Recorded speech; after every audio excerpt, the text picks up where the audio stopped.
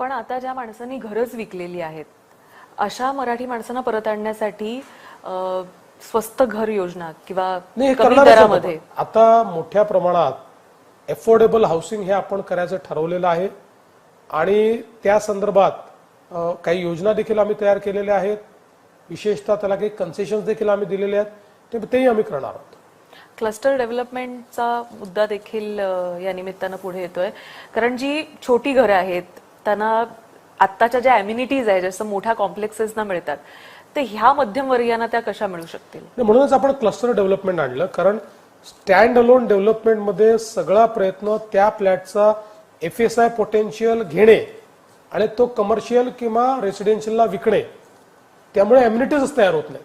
पण ज्यावेळेस आपण समूह विकास करतो त्यावेळेस त्या समूह विकासामुळे घरही मोठं मिळतं, सगळ्या प्रकारच्या अम्युनिटीज करता जागाही मिळते आणि म्हणून अतिशय डायनामिक अशा प्रकारची क्लस्टर पॉलिसी आपण आणली आणि त्या पॉलिसीमध्ये आता कामही सुरू झालेलं आहे.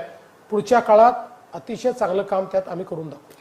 म्हणजे तुम्ही असं म्हणताय की हायफाय टॉवर्स मध्ये ज्या सुविधा मिळतात त्या मध्यमवर्गीय मुंबईकरांना देखील हो मिळाल्याच पाहिजेत. BDDत दिलं ना आम्ही, त्या सगळ्या सुविधा आम्ही दिल्यात, तशा इतरही मुंबईतल्या जे मध्यमवर्गीय त्यांना मिळाल्याच पाहिजेत आणि त्या तुम्ही देणार.